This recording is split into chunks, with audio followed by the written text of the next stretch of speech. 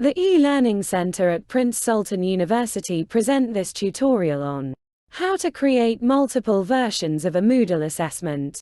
In Moodle, you have the option to create multiple versions of an assessment by dividing your students into groups and assigning each group to a specific version.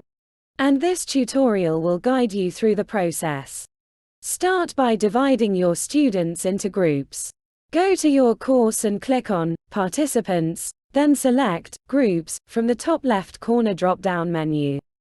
On the next page, scroll down and click on Auto Create Groups. In the Auto Create Group settings, choose a name scheme using it for alphabetical letters or hash for numerical names. Next, decide if you want to create groups based on the number of groups or the number of members per group from Auto Create based on part. For number of groups, specify how many groups you want.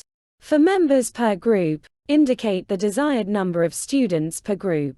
Then, from Group, Member Count, set the group and member count accordingly.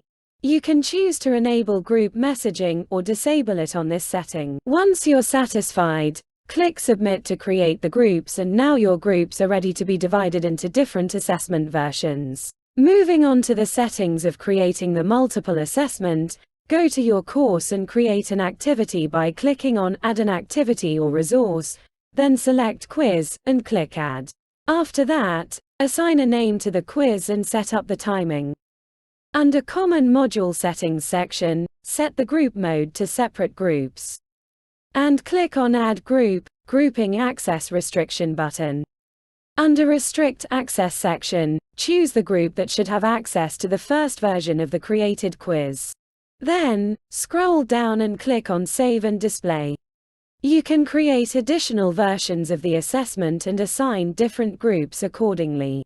Please like and subscribe to our channel and click the bell icon to get new video updates. Thank you for watching. Please don't hesitate to contact us for further support.